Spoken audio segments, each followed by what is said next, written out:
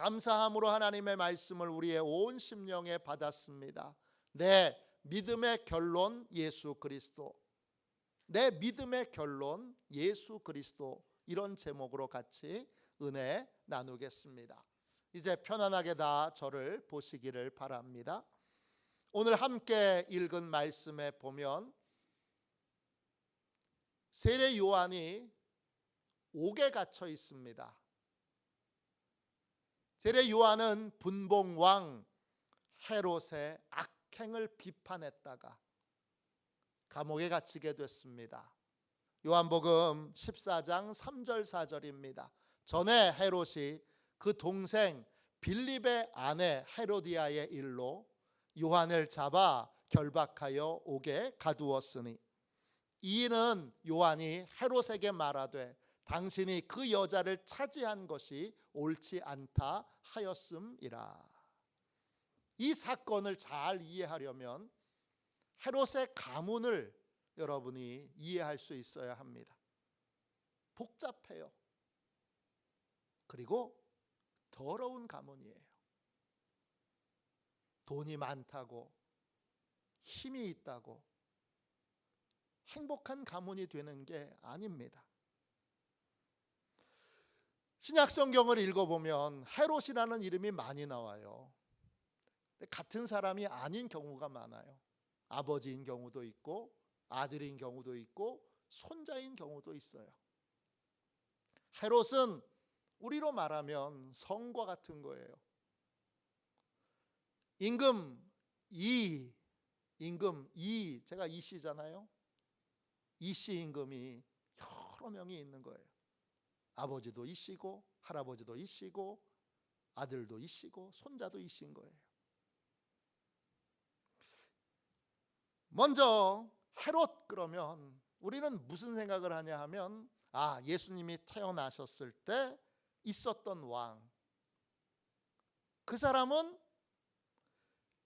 이스라엘 전체를 다스리던 왕이었어요. 그래서 대왕이라는 말을 붙이고 싶지는 않지만 편의상 학자들은 헤롯 대왕이라고 부릅니다. 이 헤롯 대왕은 아주 잔인한 사람이에요. 예수님이 탄생하신다는 소식을 듣고 2살 이하의 아이들은 전부 다 죽여버렸습니다. 이때 예수님의 어머니와 아버지 그리고 예수님은 이집트로 피난을 갑니다.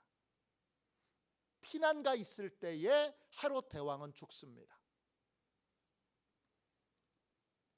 헤롯 대왕에게는 부인이 10명 이상입니다.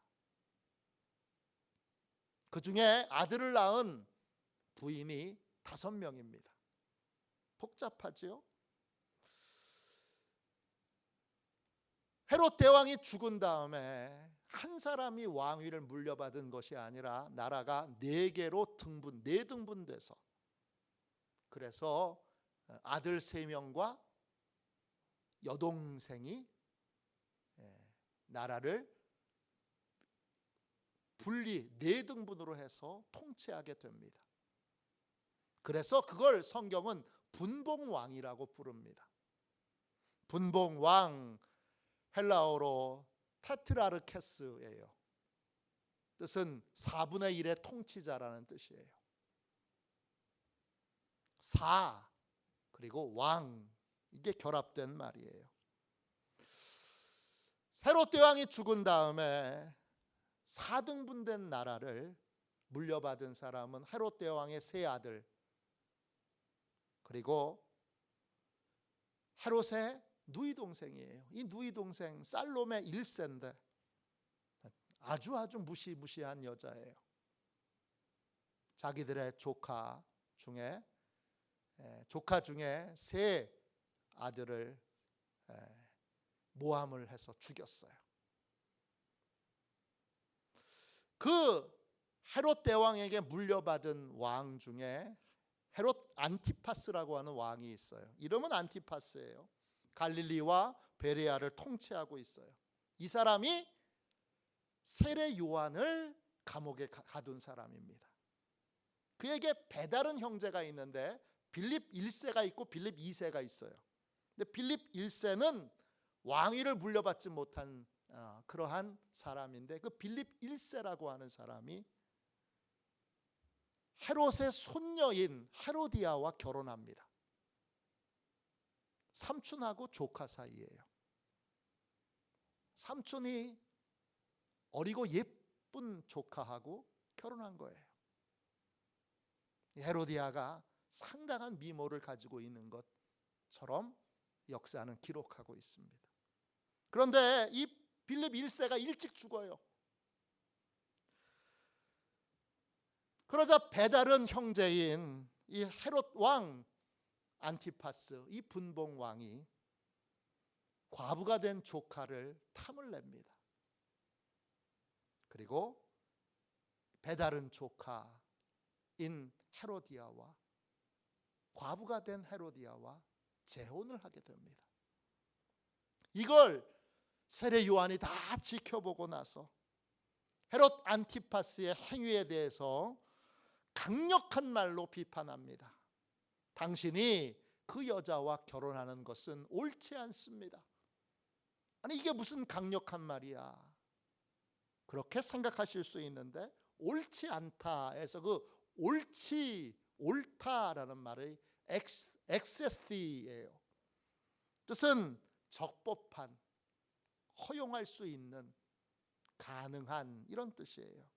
옳지 않다는 건 하나님이 정하신 법을 어겼다는 거예요.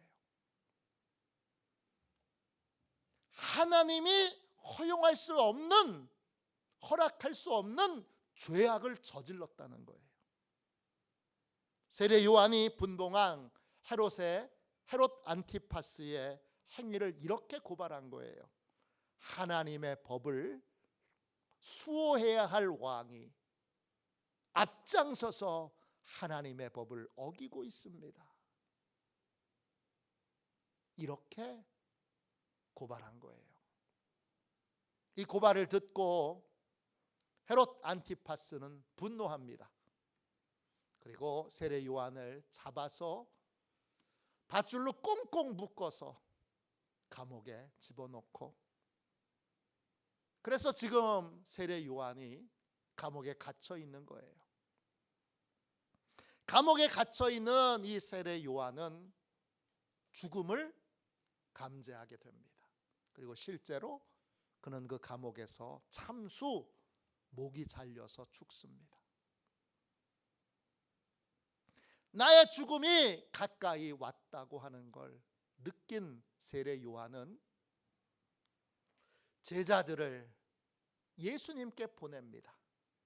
마태복음 11장 2절 3절입니다. 요한이 옥에서 그리스도께서 하신 일을 듣고 제자들을 보내어 예수께 여짜오되 오실 그이가 당신이오니이까 우리가 다른 일을 기다리오리이까. 세례 요한이 자신의 제자를 예수님께 보내서 이렇게 묻습니다. 헬라어 원어 직역으로 하면 이렇게 물은 겁니다. 당신이 오실 그분이십니까? 아니면 우리가 다른 분을 기다려야 합니까? 유대인들은 하나님이 보내실 구원자를 기다리고 있었어요. 구약에 하나님이 구원자를 보내신다라는 예언이 여러분 356번이나 나옵니다. 그 하나님이 보내실 예언에 나오는 하나님이 예고하신 그 구원자가 바로 당신입니까? 이렇게 세례 요한이 묻고 있는 것입니다. 이 물음은 의심에서 나오는 게 아니에요. 왜냐? 세례 요한은 누구보다 앞장서서 예수님이 구원자이신 것을 사람들에게 전했던, 예수님이 이 땅에 오시는 걸 준비하는 사람이었기 때문입니다. 마태복음 3장 3절입니다. 광야에 외치는 자의 소리가 있어 이르되 너희는 주의 길을 준비하라. 그가 오실 길을 곧게 하라. 예수님이 오시는 길을 준비하는 사람이 세례 요한이에요. 예수님이 오실 길을 곧게 하는 사람이 세례 요한이에요. 세례 요한은 예수님을 이렇게 소개합니다.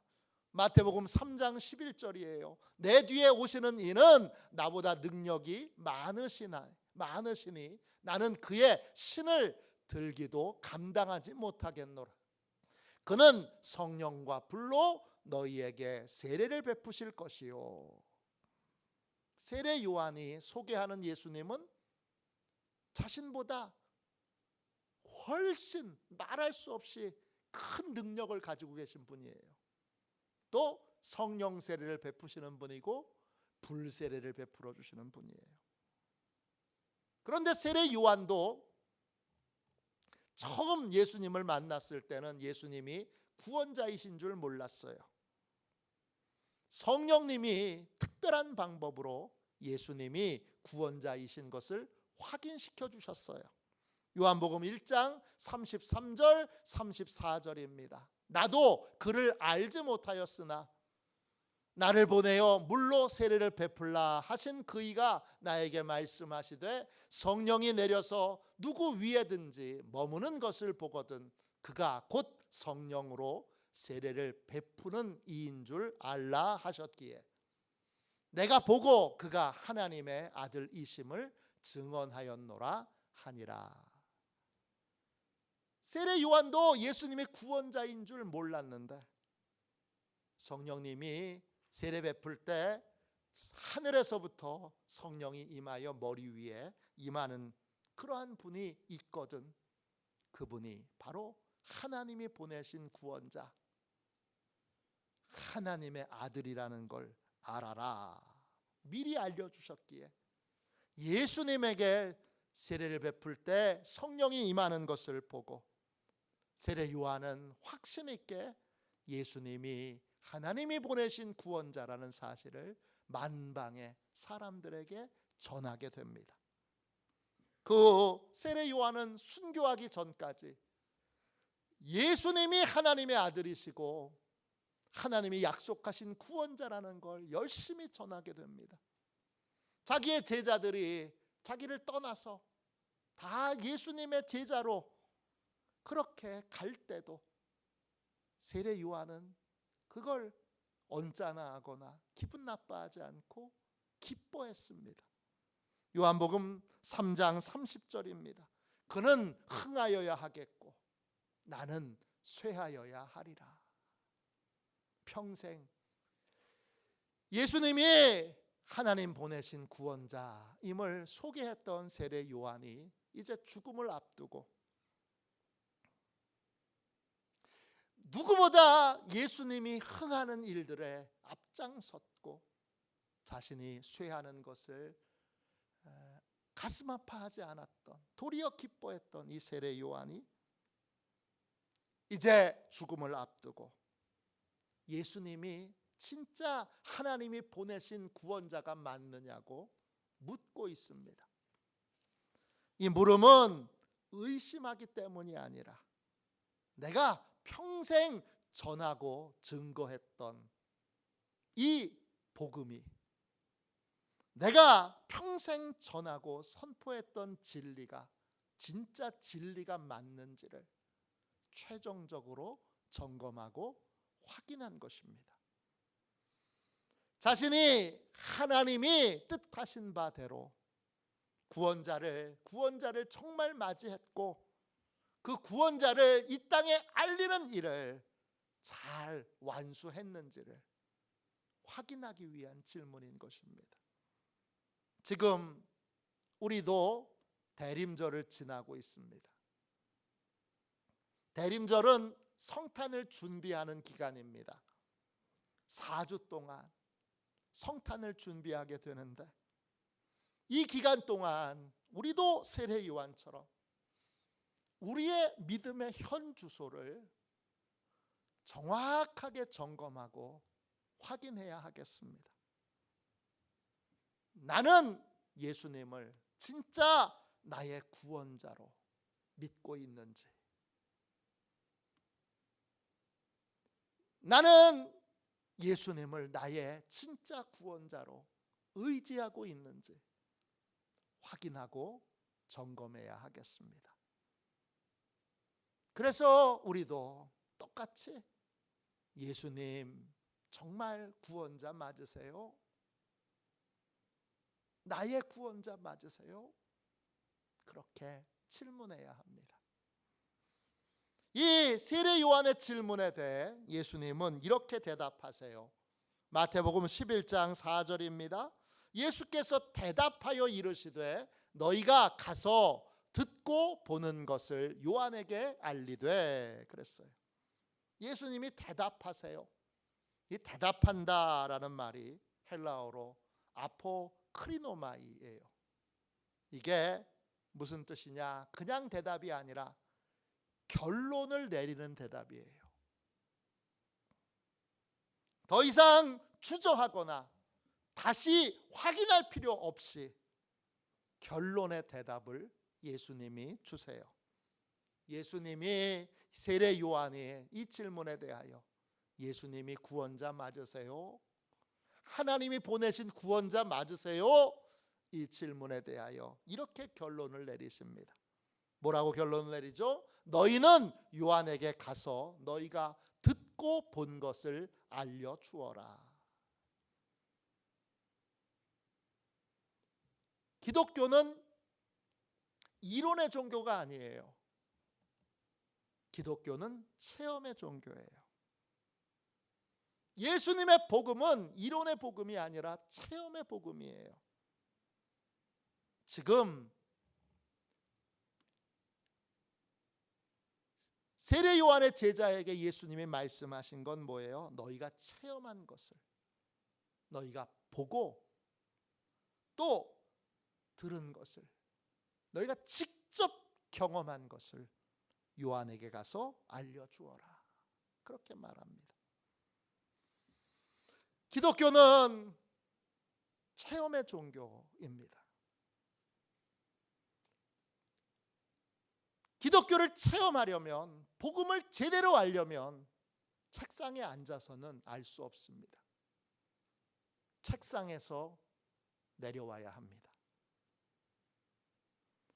예수님이 나의 진짜 구원자이신 것을 알려면 책상에 앉아 있는 자세로는 모릅니다. 내려와서 믿음으로 기도하는 자리에 있을 때, 말씀을 듣고 순종하는 자리에 있을 때, 그 삶의 자리에서 예수님이 나의 구원자이신 것을 체험하게 됩니다. 더 이상 이렇게 할까 저렇게 할까 머리로 계산하며 망설이는 자리에 머물러 있지 마시고, 언제까지 거기에 머물러 계실 거예요? 그 자리에 머물러 계시지 말고 기도의 자리로 내려오세요. 순종의 자리로 내려오세요. 그래야 구원의 은혜를 베풀어 주시는 예수님의 은혜를 삶의 현장에서, 삶의 자리에서 체험할 수 있게 됩니다. 할렐루야. 이 땅에는 예수님을 만나 구원받은, 문제를 해결받은 많은 증인들이 있습니다. 예수님이 말씀하세요. 마태복음 11장 5절이에요. 맹인이 보며, 못 걷는 사람이 걸으며, 나병 환자가 깨끗함을 받으며, 못 듣는 자가 들으며, 죽은 자가 살아나며, 가난한 자에게 복음이 전파된다 하라. 여기 등장하는 모든 사람은 예수님을 만나 문제를 해결받은 실제의 사람들이에요. 마태복음 9장 27절부터 30절까지 보면 두 맹인이 예수님을 따라와요. 예수님, 나 좀 불쌍히 여겨주세요. 그렇게 따라오는데 예수님이 이렇게 물으세요. 여러분, 소경에 이 눈을 고친다는 거 불가능하잖아요. 불가능한 이 일을 내가 할 수 있다고 믿냐? 물으세요. 그러자 이 맹인들이 대답합니다. 믿습니다. 그러자 예수님이 그 눈을 만져주세요. 그러자 그들의 눈이 열리고 못 보던 눈이 볼 수 있게 됩니다. 마태복음 9장 1절부터 8절까지에 보면 걷지 못하는 중풍병자를 네 사람이 침상에 메고 예수님을 찾아옵니다. 사람들이 너무 많아요. 그러니까 포기하지 않고 이 네 사람이 지붕으로 올라가서 지붕을 뜯고 중풍병자가 누워있는 침상을 예수님 바로 앞에 내립니다. 예수님이 포기하지 않는, 믿음으로 도전하는 중풍병자와 이 네 사람의 믿음을 보시고, 그리고 중풍병자를 일으켜 다시 걷게 하십니다. 못 걷던 사람이 다시 걷게 된 거예요. 마태복음 8장 1절부터 4절까지 보면 한 나병 환자가 예수님을 찾아옵니다. 그는 이렇게 고백해요. 예수님, 예수님의 능력이라면 제 나병도 제 문둥병도 고치실 수 있습니다. 그렇게 믿음으로 고백해요.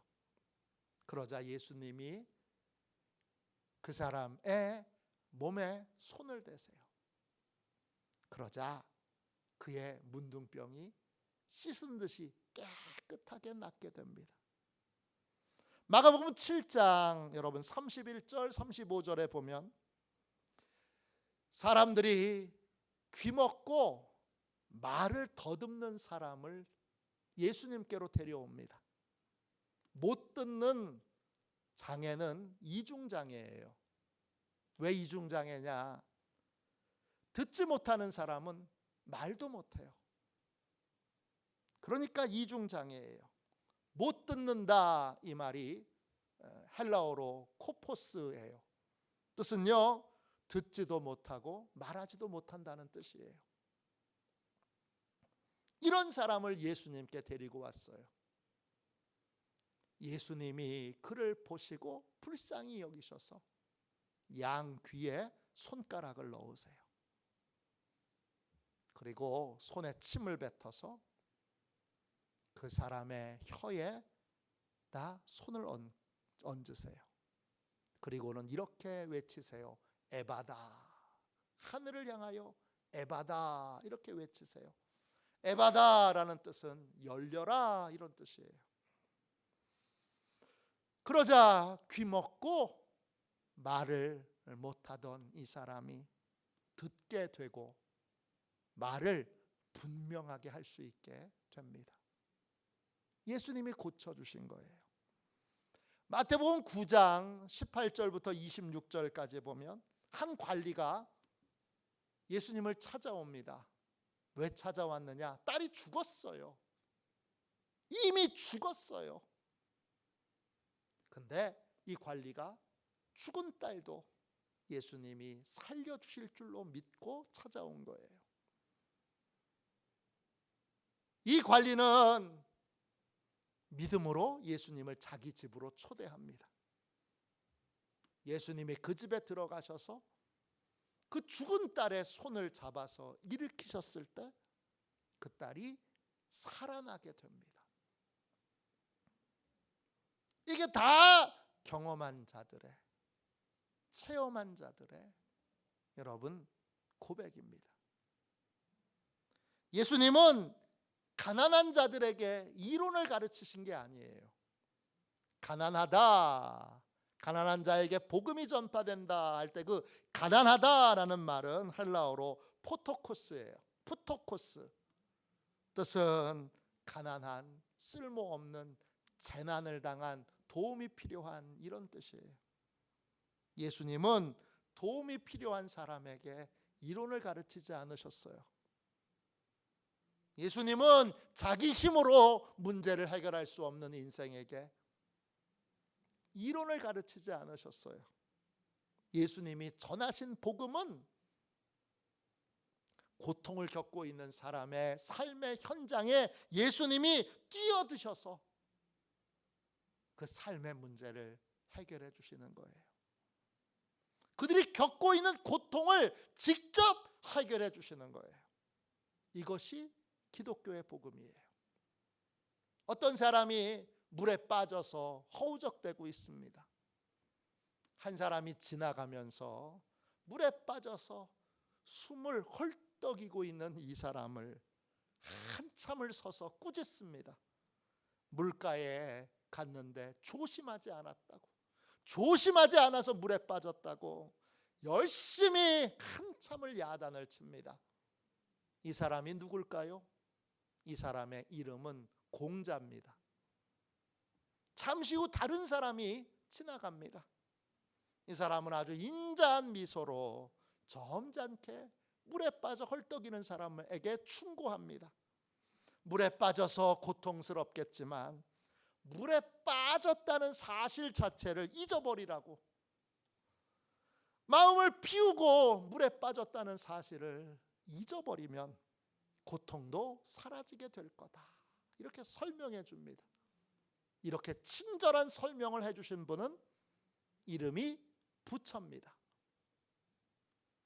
잠시 후 또 다른 사람이 지나갑니다. 살려달라고, 이제는 힘이 점점 빠져서 울부짖는 사람을 보고, 이 모든 것은 알라의 뜻이니까 알라의 뜻대로 돼야 한다고 못 본 채 하고 지나가 버립니다.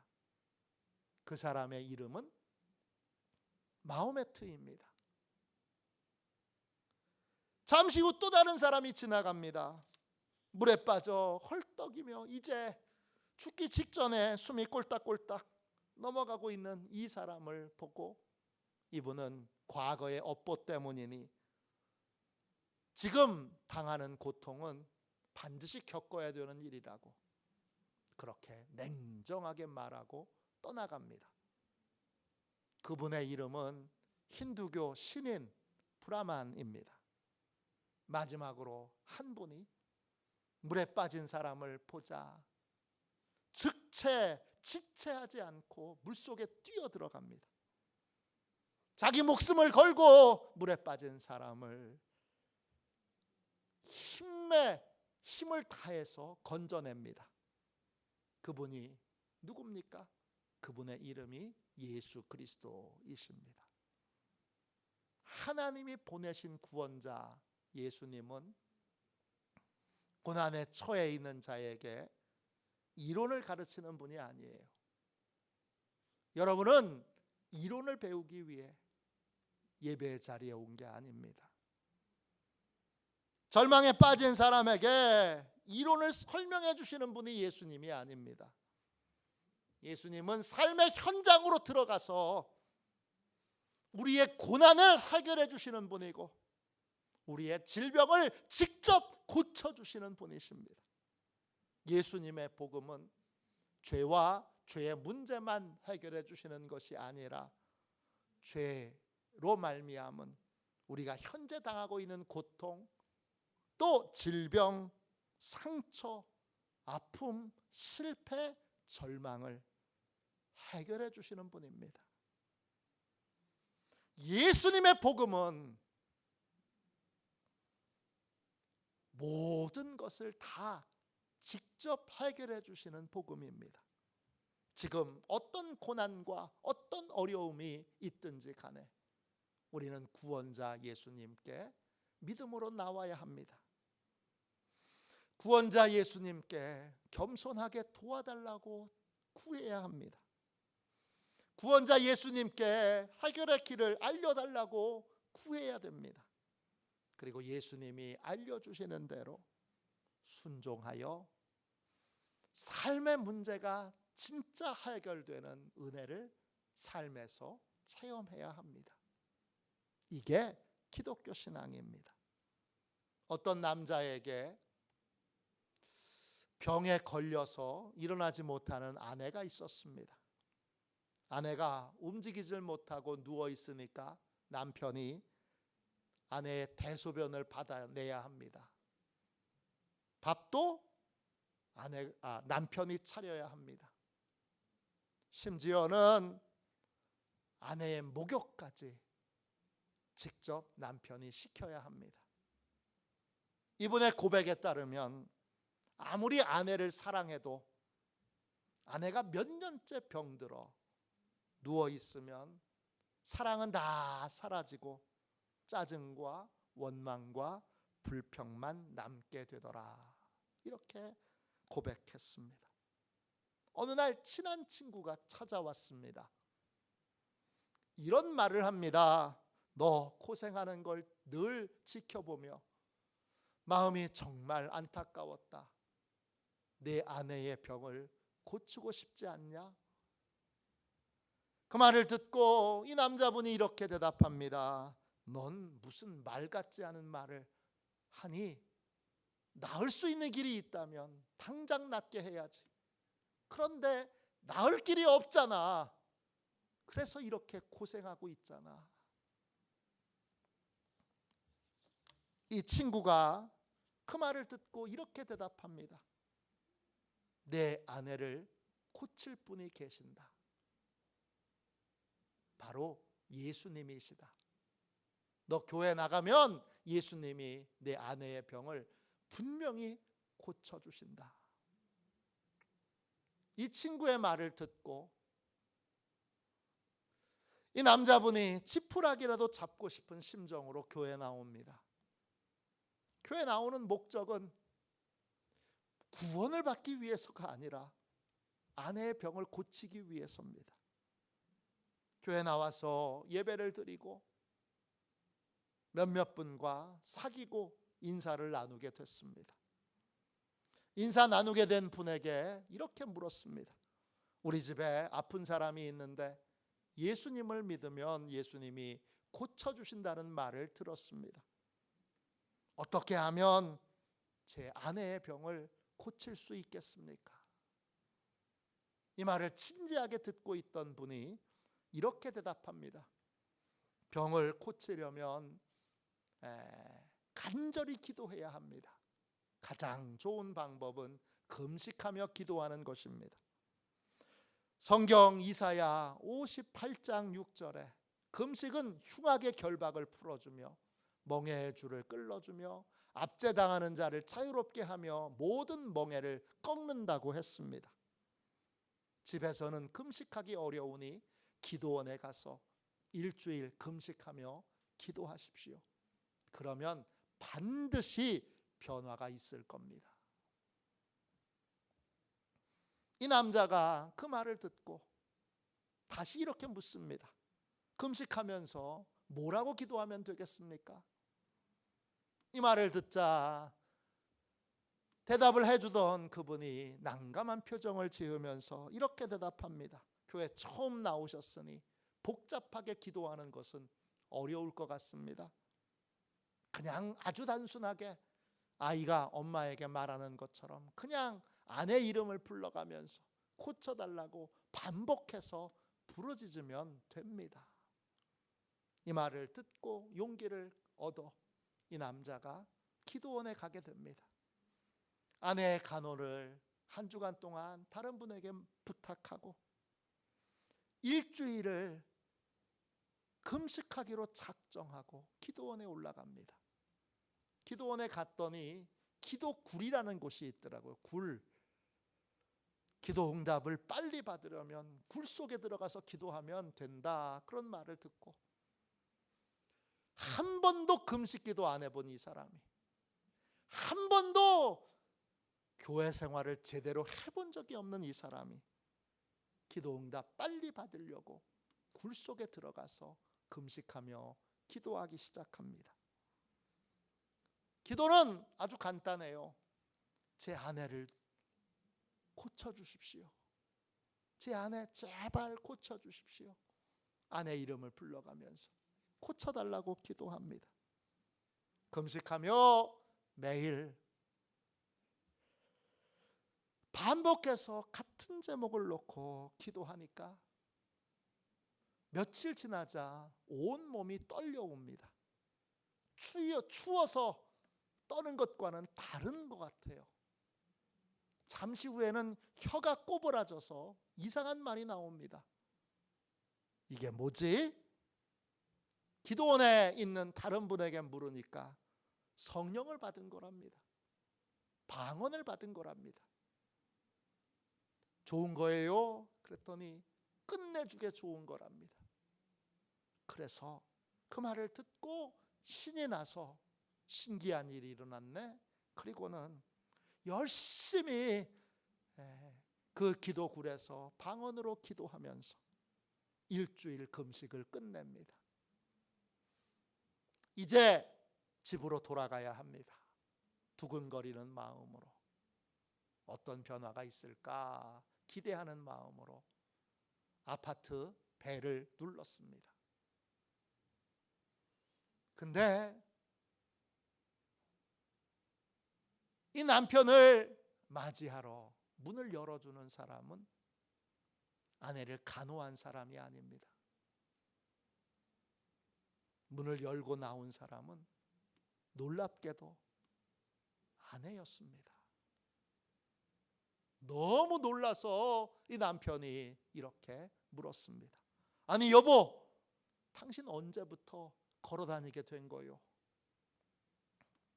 아내가 남편을 맞이하고 자리에 앉힌 다음에 자신이 언제 고침받았는지를 그 시간을 설명하는데 그때가 온 몸이 떨려오면서 방언을 받았던 그때입니다. 아내가 누워 있는데 어디선가 옆에서 이런 목소리가 들리더랍니다. 서서 일어나라. 그 말을 듣고 이 부인이 가족들을 다 불렀습니다. 그리고 가족들에게 이렇게 말했습니다.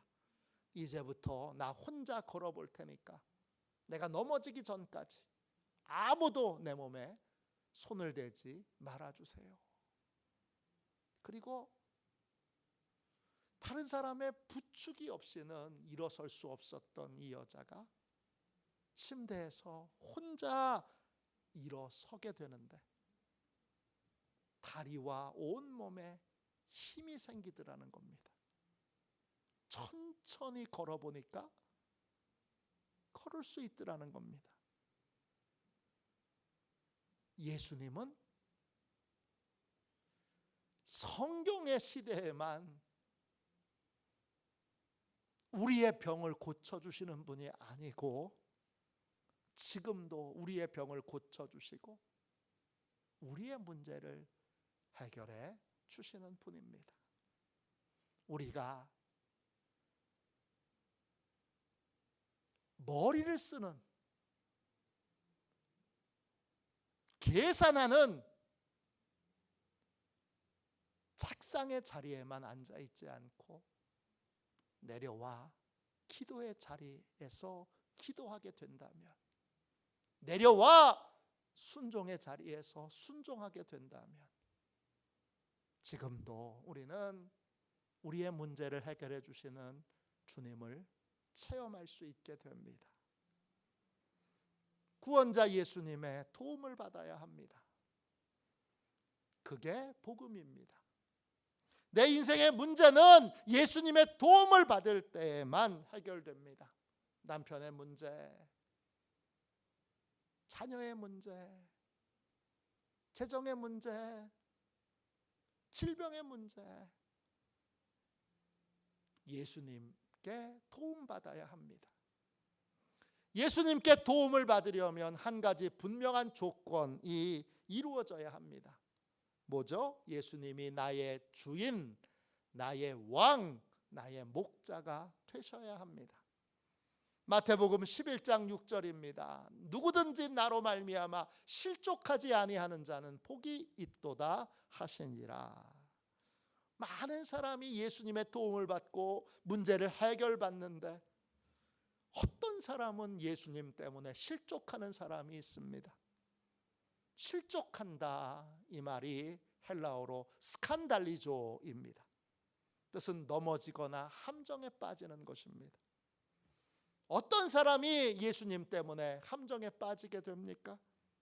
예수님이 왕, 주인, 목자 되시는 걸 거부하고 자기 힘으로, 자기 노력으로 끝까지 자기 힘과 자기 노력과 자기 애씀으로 문제를 해결해 보려고 하는 사람, 이런 인생은 계속 넘어지는 인생, 계속 함정에 빠지는 인생, 계속 망가지는 인생, 계속 패배하는 인생 살 수밖에 없습니다.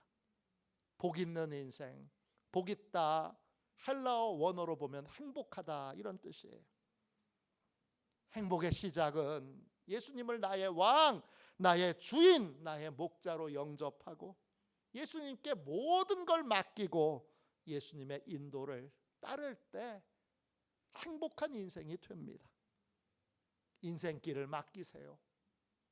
내 길을 여호와께 맡기라. 무거운 인생의 짐을 주님께 맡기세요. 내 짐을 여호와께 맡기라. 수시로 찾아오는 분노와 복수심을 주님께 맡기세요. 진노를 맡기세요. 모든 근심과 염려를 맡기세요. 모든 행사를 맡기세요. 그리고 주님의 인도를 따르세요. 이게 행복의 길입니다. 구원자이신 예수님을 만나 모든 것을 온전히 맡기고 따름으로 진정한 하늘의 평안과 은혜와 행복을 누리는 저와 여러분이 되시기를 주님의 이름으로 축원합니다. 우리 이 시간 91장